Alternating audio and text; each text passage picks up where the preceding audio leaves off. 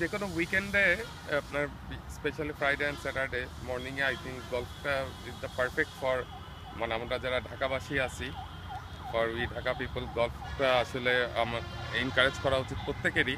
because এটা খুব কম time নেয় সকালে অন্তত 2-3 ঘন্টা আপনি রিফ্রেশও হয়ে গেলেন হলিডেটা আর্লি উঠলেন দেখবেন দিনও বড় হয়ে যায় ফ্যামিলিকেও বেশি টাইম দিতে পারেন আর I think golf club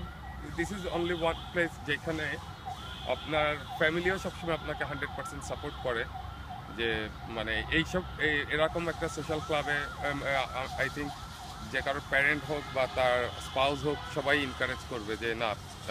golf ক্লাবে যাও বাচ্চা কাচ্চা সহ যাও খেলাধুলা করো রাদার অন্য যে কোনো অনেক ক্লাব আছে যে অনেক নাম বলবো না মানে অনেক ক্লাবেই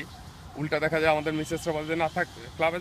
যাওয়ার দরকার নেই বাসায় চলে আসে তাড়াতাড়ি রাদার গল্ফ ক্লাবের কথা শুনলে কিন্তু সবসময় বলে যে ঠিক আছে যাও নিজেও যাও ছেলে পেলেও নিয়ে যাও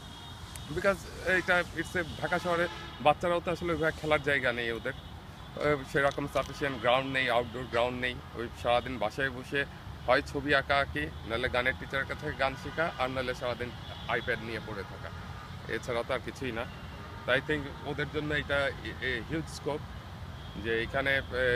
যাদেরই এরকম সুযোগ পাবে আমি বলবো যে বাচ্চাদের স্পেশালি এটা এনকারেজ করা উচিত কারণ ঢাকা শহরে কিন্তু আসলেই আপনি আপনার বাচ্চাকে কোথাও ছাড়তেও পারেন না যে ও বাইরে যে একা একা কোথায় যে খেলবে ছেলে হোক মেয়ে হোক ঢাকার এখন যে চারিদিকের যে পরিবেশ আর কি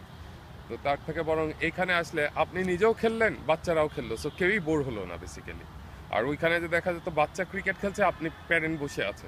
বা প্যারেন্ট খেলছে বাচ্চা বসে আছে কিন্তু এইটা হচ্ছে এমন একটা গেম যেখানে আপনি দুইজনই একসাথে আপনারা এনজয় করতে পারেন